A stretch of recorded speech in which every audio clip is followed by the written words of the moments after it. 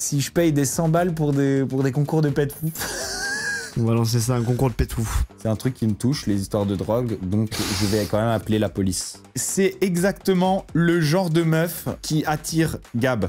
J'ai été gigolo. En fait, c'était un gigantesque escroc. Oh, ce qu'on va se mettre.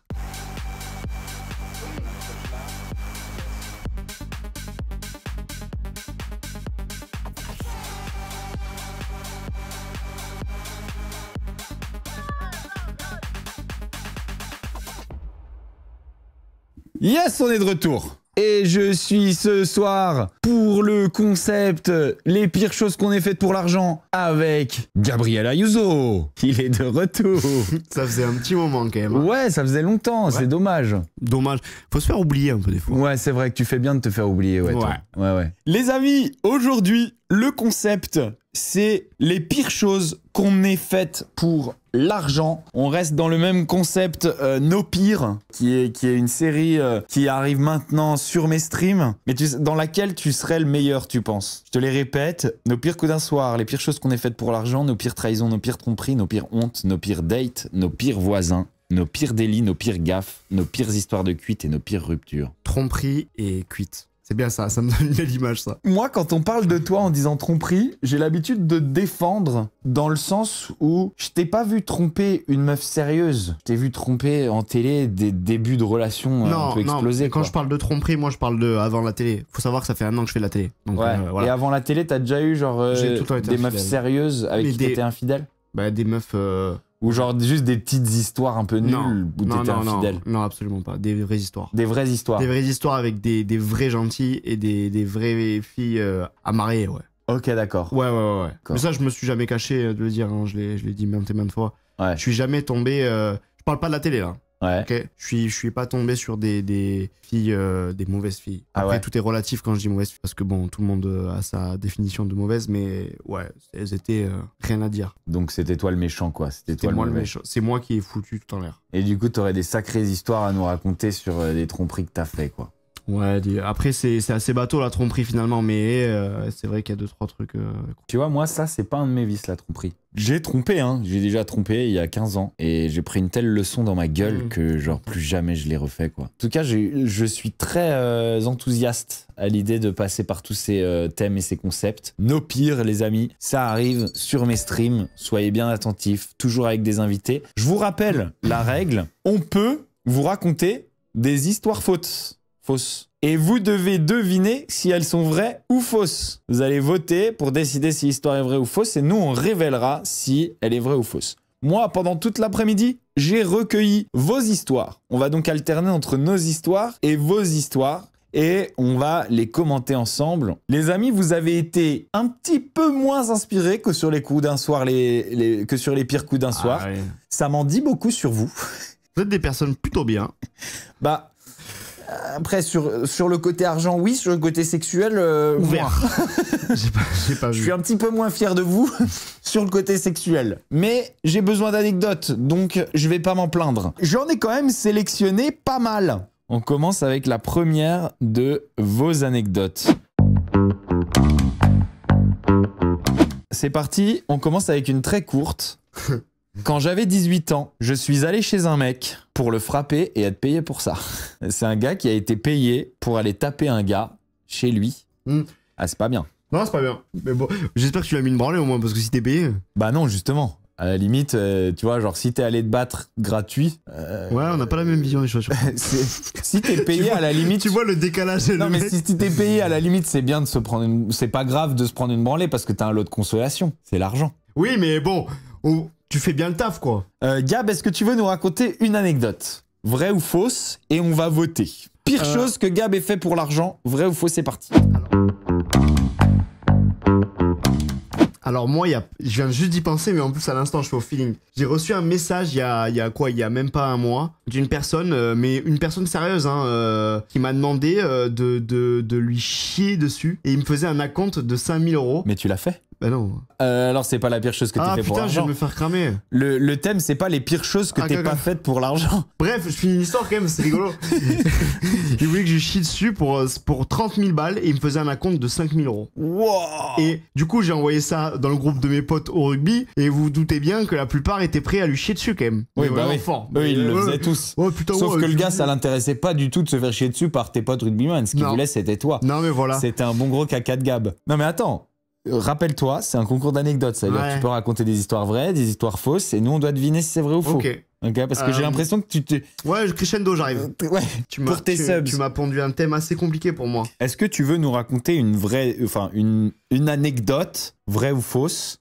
Tu vois, par exemple, je te donne un petit tips, mais ton histoire de caca, bah, t'aurais pu la raconter en te disant après, donc j'y suis allé et je me suis fait chier dessus et je suis revenu avec... Non, mais c'était à moi de chier sur la personne. Ah, c'était toi qui chiais. Ouais. Ok. Bon, j'ai chié dessus et j'ai pris 60 T'en as une, toi, comme ça, moi, je m'y mets un peu dessus. Je peux y aller avec une anecdote. Ok. Est-ce qu'elle est vraie ou est-ce qu'elle est fausse? Attention, vous êtes prêts? C'est parti. Quand j'étais au collège, à l'époque, moi, j'étais un peu dans les cartes Magic. Les cartes Magic, je sais pas si vous vous en rappelez, Magic the Gathering. Il y en avait qui étaient dans les Pokémon, moi j'étais dans les cartes Magic. Il y en a beaucoup qui jouaient, c'est-à-dire que les cartes Magic, c'est un jeu. Et moi, je ne jouais pas. Par contre, j'étais rentré dans le truc de, il y a des cartes qui ont de la valeur parce qu'elles ont une rareté. Et du coup, on peut faire du business avec. Pour jusque-là, il y a rien de... Ouais, c'est pas horrible de faire un peu d'argent en vendant des cartes Magic, ok? Sauf que j'avais un gars qui était un peu le gars, tu sais, c'était un peu le Vivian de l'école, quoi. Pas fut-fut, quoi. J'avais un gars qui volait des cartes Magic de valeur. Donc je lui passais limite commande, j'ai besoin de cette carte. Et il la volait dans l'école, genre à un autre élève, pour moi. Ah donc en gros, et moi, je le des payais. cartes pour gagner des sous. Ouais, je le payais. C'est-à-dire qu'après, avec l'argent que je gagnais sur la carte en la revendant, je le payais. J'étais au collège et je suis vraiment pas fier. Est-ce que c'est vrai ou faux? Je sais ce que j'ai fait, moi. Est-ce que c'est vrai ou faux? Est-ce que, Gab, tu penses qu'elle est vraie? C'est archi vrai. Et 70-30 sur le vrai sur Twitch. Les amis, cette anecdote est vraie. Cette anecdote est vraie. C'était pas bien. Et je me rappelle que au moment où, tu sais, on n'avait pas d'argent de poche, moi, je commençais à avoir amassé un petit pactole. Genre, je me rappelle que j'ai atteint les 100 euros. Si c'était des euros ou des francs. Non, c'était des euros, ça y est. Non, moi, j'étais en quatrième quand on est passé du franc à l'euro. Hein. Oh, waouh. J'étais en quatrième. Donc, c'était soit franc, soit euro, mais je me rappelle que je crois que j'ai atteint 100 euros en vendant les cartes Magic. Et pour moi, c'était énorme, quoi. Tu vois, j'avais jamais eu d'argent, quoi. Je lis une de vos anecdotes avant celle de Gab. C'est parti. T'es un fou. Celle-là, elle est pas mal, elle est marrante. Allez, j'ai vendu les sandales de ma maman pour aller faire la fête à Toulouse. C'était les mêmes que les tiennes. Ok, donc la paire de sandales Hermès. T'as bu d'Oricard, quoi, pas plus. Non, la paire de sandales Hermès. Lequel? Tu sais, mes sandales éclatax. Les tongs, là, que t'arrives dans Love Island avec, non? Ouais. C'est des Hermès? Ouais, c'est des Hermès. Sans déconner. Oui. Je pense que je les avais achetés un truc comme 400 euros ou un truc comme ça. Ok. Donc, la maman, elle a pas dû kiffer. Ah non? C'était il y a presque 10 ans et je lui ai avoué cette année qu'en effet, elle n'avait pas juste disparu. Ça, c'est très rigolo, ça. Moi, j'aime bien les histoires. Tout est bien qui finit bien. Tu sais, les enfants qui ont grandi, ils se rappellent des choses graves qu'ils ont pu faire vis-à-vis de leurs parents. Ils vont faire amende honorable un petit peu. Ok. Tu vois. C'est parti, tu nous racontes une petite anecdote? Alors moi, faut savoir que j'ai ma grand-mère qui habite en Espagne, voilà. Et c'est faux. Non, et en Espagne, la weed c'est pas banalisé, c'est dépénalisé. C'est-à-dire que tu peux en avoir pour ta propre conso, voilà. Ouais. Faut savoir que moi, je n'ai jamais fumé de weed de ma vie. Ouais. Mais j'étais jeune, je pense que c'était l'été de la 5e à la 4e. J'avais des petites fréquentations un peu pourries, des fois en Espagne, des Français qui descendent, qui ont aussi leurs grands-parents, bref. Et un jour, j'ai décidé d'acheter de la weed en Espagne et de la ramener dans ma valise, alors que je prenais la voiture avec mes parents, que je passais la frontière avec mes parents pour la revendre dans ma petite ville vers Bordeaux. Ah, quand même, dealer, quoi. Ouais, et du coup, j'ai réussi à me faire à peu près... J'ai en gros un 20 balles là-bas, en Espagne, ça en vaut un peu le double en France. C'était à l'époque, hein, voilà, j'y connais rien. Et j'ai ramené, du coup, j'ai mis du pchit, du déo, ce qu'il ne faut absolument pas faire, donc ça sentait encore plus. Et je l'ai ramené et je l'ai vendu en France. J'ai dealé. Et je me suis fait 40 €. Moi, honnêtement, j'y croyais pas. Jusqu'à ce que tu dises le truc du déo. Genre le truc du déo, ça me dit ok, c'est vrai. J'ai envie de voter vrai. Les amis, vous en pensez quoi? Par contre, je suis désolé Gab, mais moi genre vraiment, c'est un truc qui me touche, les histoires de drogue. Donc je vais quand même appeler la police à la suite de... Tu t'arrangeras avec eux à la suite de ce faut stream. savoir, moi j'étais tétanisé à l'idée de faire ça. Je suis absolument Ah pas... oui, tu m'étonnes, passer une frontière avec de la drogue. Frontière avec de la drogue. Ah oui, t'imagines, tu commences Après, à avec la quantité que j'avais, j'aurais pris juste une petite gifle par mon père, je pense. Et une remontrance par la douane, mais... J'appelle la police, hein, en attendant. 18 ans. Comme ça. Vous pouvez voter pendant que j'appelle la police pour Gab, parce que moi, je trouve que ça doit pas être en liberté, les dealers. Je suis désolé. Ouais. Je sais à qui je l'ai vendu, j'ai encore le nom et tout. Ah ouais? Ah ouais. C'était au city de ma ville. Ça dit vrai sur TikTok et ça dit Je vais avoir des rediffs. vrai sur Twitch. Gabriel le Dilos. Gabriel Escobar, on l'appelait dans le milieu. Escobus. Gabriel Escobar. On l'appelait le grossiste des mers du Sud. Du sud-ouest. Donc Gabriel ne comprend pas les règles, c'est vrai, il est là, c'est vraiment pas dur de, Non, mais de toute façon, je sais pas de mentir. gagner Hein. avec lui. Tout le monde a dit vrai, est-ce que c'est vrai ou est-ce que c'est faux? Eh bien, franchement, archi vrai. Non, mais on s'en doutait. Hein. Ouais, mais attends, ouais, mais par contre, c'est une bonne anecdote. Hein. C'est une bonne anecdote, ouais. Mais Ah, je me grave. suis fait 40 pions. Hein. J'enchaîne avec une de vos anecdotes. Celle-là, Elle est m'a pas l'air- mal. De loin, elle m'a l'air pas mal déjà. Quelqu'un me devait des sous. 15 € exactement. Oh la pince. Eh ouais, mais frère, 15 €. Gars, j'en étais sûr que t'allais dire ça. Eh oui, non, mais c'est vrai. Oui, oui. Genre oui. 15 €, moi je me rappelle très bien d'une époque où 15 €, je pouvais bouffer pendant 4 jours pour 15 €, tu vois. Et puis 15 €, comme dit Coralie, c'était 100 francs avant.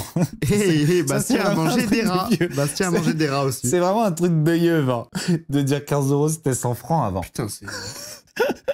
Quelqu'un me devait des sous, 15 € exactement. J'étais dans la galère et pas mature et il faisait des soirées et a pas voulu me rembourser. J'ai donc été chez lui, j'ai cassé sa porte d'entrée avec une hache. Masse. Avec une hache.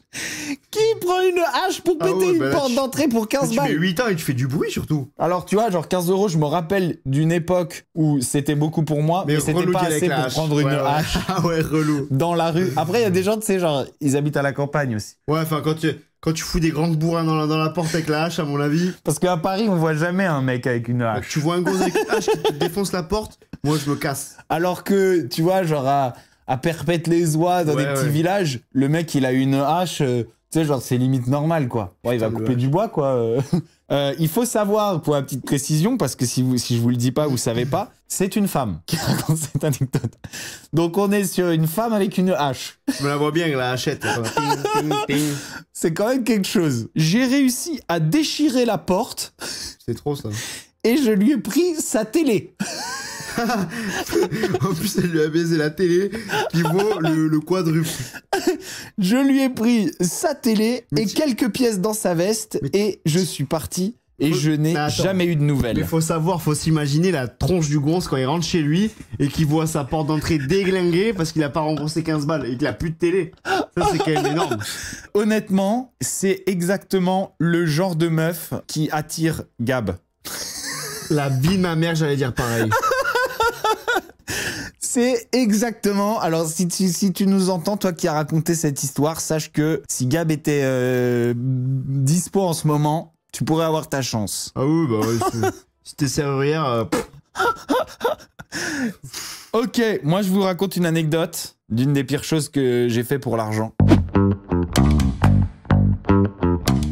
J'ai été gigolo. En arrivant à New York, j'ai traîné avec un homme d'une 60aine d'années pendant plusieurs semaines qui m'emmenait au restaurant et qui me payait des trucs en boîte, des bouteilles et tout. Ah ouais J'ai été gigolo il faisait quoi pendant comme plusieurs taf semaines. Il faisait quoi comme taf? Je vais pas aller plus loin. On va voir si l'anecdote est vraie ou fausse, selon vous. Pas mal.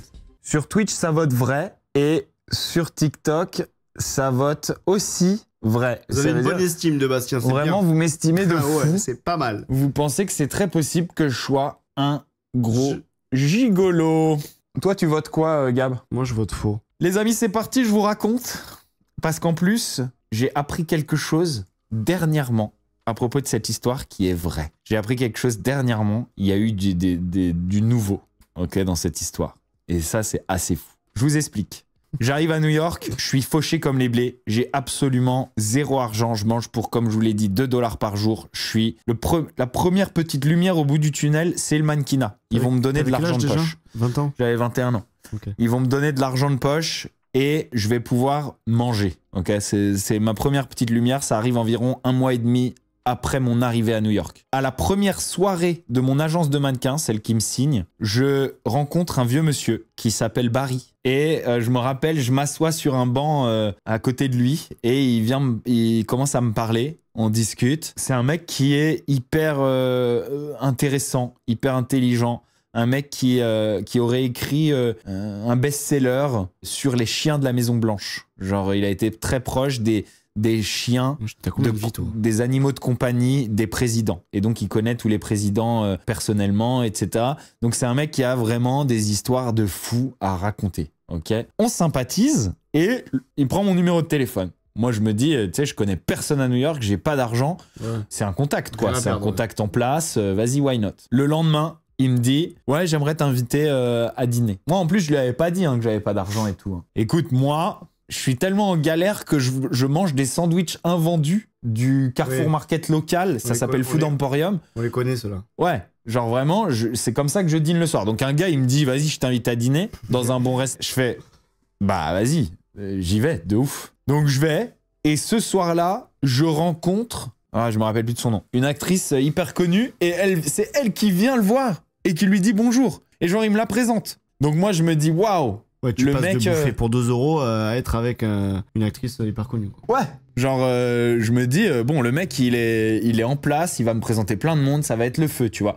À ce moment-là, et puis en plus, j'ai bouffé gratuit. Et j'ai bien mangé. Et ça fait des jours que j'ai pas bien mangé. Quelques jours plus tard, il me réinvite. Et il me réinvite. Et au bout de 3-4 fois au resto, il me dit, moi, je m'ennuie, j'ai envie de sortir aussi. Donc si tu veux, t'invites des potes, on sort, et c'est moi qui paye tout. Il se fait chier à mourir dans sa vie. Jusque-là, moi, j'étais sorti que avec mes collègues, juste les 3 personnes que je connaissais dans Brooklyn. Ça part comme ça, hein, ouais. Souvent. Ah oui, sûrement. De fil en aiguille, t'en arrives à finalement devenir gigolo, alors que à la base, exactement. Pas pensé, tu te fais juste payer les trucs. Exactement. Et là, jusque-là, à New York, j'avais été dans des soirées de Brooklyn où j'étais le seul blanc. Ouais. Genre, tu vois, c'était cool, mais c'était un autre monde, quoi. Et là, tout d'un coup, il me propose d'aller dans les plus grands clubs de New York où tu payes genre 5 000 € ta table, tu vois. Moi, je fais, bah écoute, je suis chaud, tu peux ramener tes potes. Moi, j'avais pas vraiment de potes, mais j'avais mes collègues de travail. Donc, eux, ils m'avaient emmené dans leur club de Brooklyn. Je fais, vas-y, ça va être à moi de les faire kiffer, quoi. Donc, je les emmène avec Barry. Il me donne sa carte. Moi, je paye. Et genre, il me laisse payer pour lui. Genre, tu vois, il me laisse sa carte et c'est moi qui paye et je peux faire kiffer mes collègues de travail. On commence à parfois aller boire un verre chez lui, en after. Ça ouvre des bouteilles de Dompé chez lui, genre chez lui c'est un musée. C'est un musée. Genre il y a une bible. Bon c'est pas de ouf, genre un appart de malade. Ouais mais moi je vois un peu le mec qui chine mais un truc qui est stylé. Ouais. Exactement. Ok, ça continue comme ça. Et puis arrive un jour où le mec il me dit, je pense que ça a dû passer genre 1 mois et demi ou peut-être 2 mois. Le mec il me dit, j'aimerais bien te faire un cadeau. Je t'aime beaucoup, j'aimerais bien te faire un cadeau. Dans le doute, j'y vais. Je vais chez lui. Et là, le mec, il me sort une Patek Philippe vintage, sertie de diamants. Et il me sort ça. Il savait que j'aimais beaucoup les montres. J'aimais les montres, mais j'en avais pas. Ouais, bah ouais. Et il me sort une Patek Philippe qui doit valoir, je sais pas, genre, ça doit être plusieurs dizaines de milliers de dollars. Moi, je fais, écoute, honnêtement, ça me gêne. Ça me gêne, genre je peux pas accepter ça et tout. Il me dit si, je l'ai prise pour toi. J'ai pensé à toi quand je l'ai acheté, je l'ai chiné pour toi, etc. Machin. Bon, ok. Ouais, d'accord. Et là, le gars, il me fait. Par contre, je sais pas. Faut que tu me pompes, quoi. Je sais pas quelles sont tes orientations sexuelles. Il commence à dire ça. Et là, moi, je panique en fait. Et pourquoi je panique? Parce que je me dis que toutes les choses que j'ai acceptées pendant des semaines.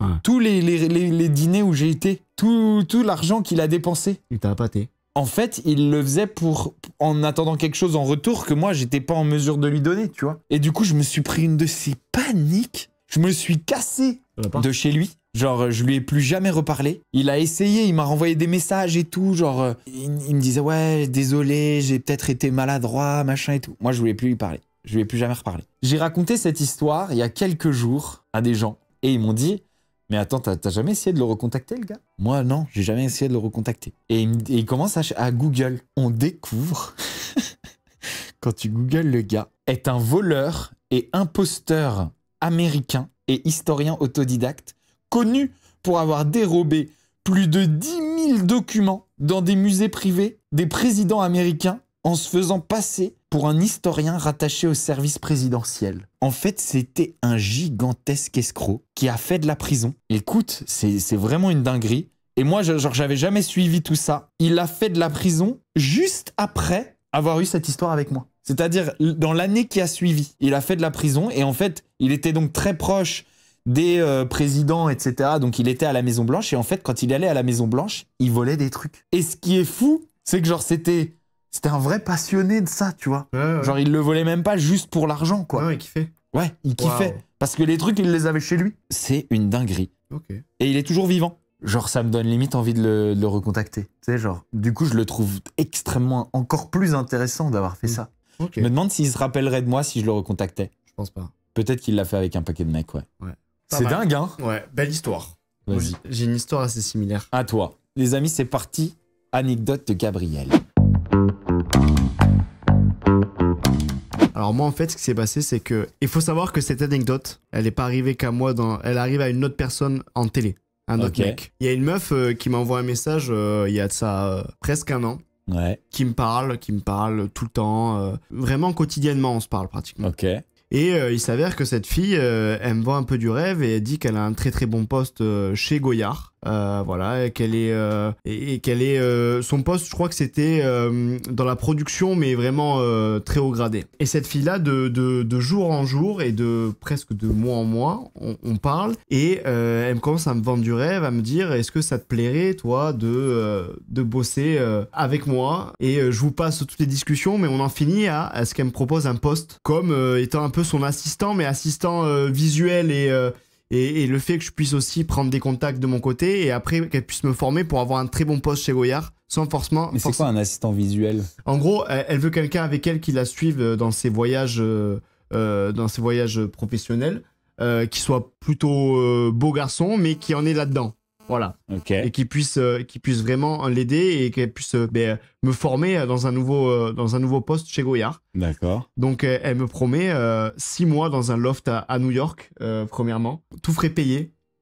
Et que je prends 17 000 € par mois sur les débuts. Plus, et pareil, une Rolex offerte. Voilà. Une Rolex offerte, comme ça. Une Rolex offerte directement. Donc elle me sort les bureaux de chez Goyard à Paris. Je vérifie c'est exactement les bons bureaux. Elle me sort aussi que je vais devoir l'accompagner sur des grands prix, grands prix partout dans le monde et que de fil en aiguille, du coup je vais bosser pour Goyard. Ok. Voilà. Donc toi t'es chaud de fou. Moi je me dis en fait je me dis que c'est quand même assez intéressant et puis le taf est intéressant plus qu'autre chose. Et le tarif est très intéressant. Je me rends à un premier rendez-vous dans les locaux de Goyard. Ouais. Voilà. Et je rencontre cette dame et elle continue à m'expliquer tout ce qu'elle m'avait pu me dire par message. Et un jour, elle m'envoie des messages et elle commence à me parler de maladie. Qu'elle a un cancer, que c'est compliqué, que du coup elle habite dans le fief de Goyard qui est vers Carcassonne, si je me trompe pas. Et à partir de ce moment-là, du coup, j'ai commencé à me douter ou de me méfier et j'ai plus jamais donné de nouvelles à cette personne. Ok. Voilà. Mais elle me promettait 17 000 € par mois sur le premier salaire. Mais pourquoi tu t'es méfié? Et parce que je sentais qu'il y avait quelque chose qui clochait. Quand elle t'a parlé de maladie. Quand elle a commencé à se plaindre de choses comme ça. Parce que tu t'es dit elle va me demander de l'argent pour... Je sais pas, il y avait un truc qui clochait, je sais pas vous dire ce qui clochait, mais il y avait un truc qui était pas bon. Mais on saura jamais du coup. Du coup, on sait jamais si c'est réel ou pas. Tu pourrais être à New York avec une Rolex au poignet, en train de travailler chez Goyard. Mais par contre, je pense que l'anecdote est vraie. Ce speech, elle l'a sorti à une autre personne, un autre mec en télé. Ouais. Donc c'est ça qui a un petit peu... On en a parlé en fait avec ce garçon. Ouais. On s'est dit... Et récemment, on en a parlé. Hein, ok, voilà. C'est qui le gars? C'est Joe. Giovanni? Ouais. Moi, je vais dire que l'anecdote est vraie parce qu'il y a trop de précision. C'est le vrai qui l'emporte sur TikTok et sur Twitch. J'imagine que c'est donc Alors l'anecdote est archivrée. Mais t'as changé un truc? Ouais, j'ai changé un truc. Je suis absolument pas allé la voir, Ok. la personne, parce que j'ai vraiment... Ce que j'ai oublié de dire, c'est qu'elle m'a appelé. Je l'ai eu au téléphone, la personne. Je l'ai eu au téléphone, on s'est parlé, etc. Mais j'ai jamais été la voir parce que à chaque fois, il y avait soit un problème de mon côté, soit du sien, mais beaucoup du sien. Et vraiment... Quand elle a commencé à me trouver des excuses envers la maladie, c'est là que j'ai trouvé quelque chose qui clochait. Et en gros, un jour, j'ai fait un booking avec Joe. Et je sais plus, on parlait de ça. Et je lui ai dit, tu la connais? Il m'a dit ouais. Et on a commencé à se montrer les messages. Et c'était exactement le même plan. En gros, de... Mais donc l'anecdote est fausse parce que tu l'as jamais vue. Je l'ai jamais vu, ouais. Donc vous avez tous eu faux et moi aussi. Mais par contre, du coup, vraiment, le cahier des charges... T'as changé un mini détail, quoi. Ouais. Mais le cahier des charges qu'elle me disait était exactement le même envers Joe et envers moi. Il nous a bien eu quand même. Hey. Mais par contre, vraiment, le taf, de premier abord, et tu te dis, waouh. Ouais.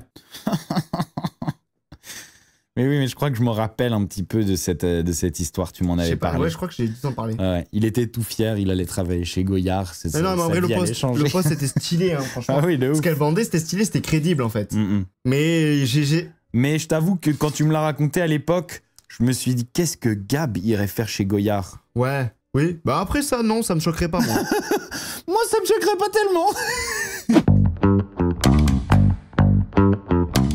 Ok, je vous lis une de vos anecdotes, c'est parti. Pour 100 €, je t'avais envoyé une vidéo.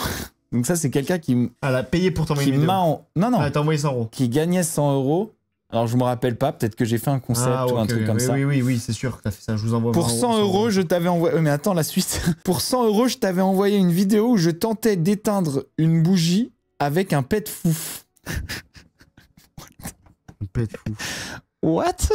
C'est une dinguerie, ça. What? Mais comment elle fait son pet fouf, déjà? Alors, peut-être que vous allez savoir à quel concept ça fait référence, parce que je vous jure que j'ai jamais payé 100 balles pour avoir une vidéo de pet fouf. Je lève la main...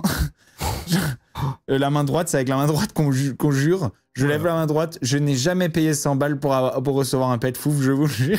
Oh la con. D'ailleurs, en tant que grande prouveuse, j'ai tenté de la montrer à mes potes la dernière fois. Elle était supprimée. Si jamais tu pouvais m'envoyer l'extrait, je t'en serais reconnaissante. Donc c'était bien pour une vidéo. Mais si tu veux, on te renvoie 100 balles et tu nous envoies le pet fouf. Tu nous renvoies. C'est tout toi, tu nous envoies 100 balles et le pet fouf. S'il vous plaît. Donc ça veut dire qu'en plus, je l'ai publié, puisqu'elle parle d'une vidéo qui aurait disparu. Est-ce que vous vous rappelez d'une vidéo que j'aurais postée où il y avait 100 € à gagner? Un pet fouf, 100 balles. Je me trouve vachement intelligent.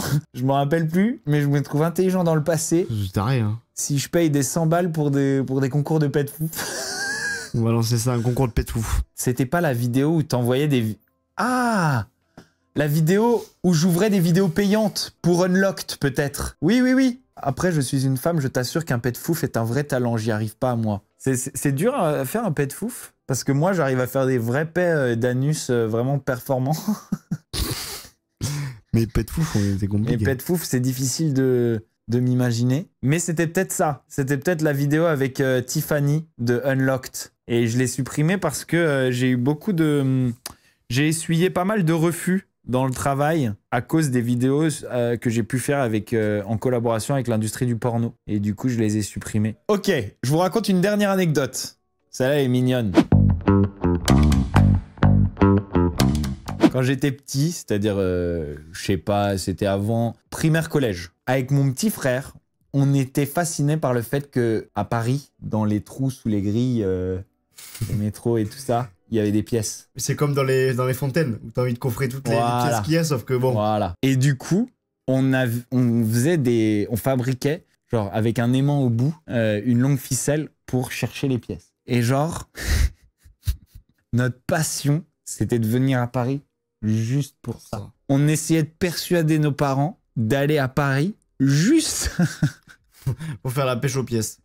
Pour faire la pêche aux pièces avec nos cordes et nos aimants qu'on avait préparés des mois à l'avance avant d'aller à Paris. Ça, c'est dingue. Et on s'entraînait. Donc on se mettait en haut de l'escalier.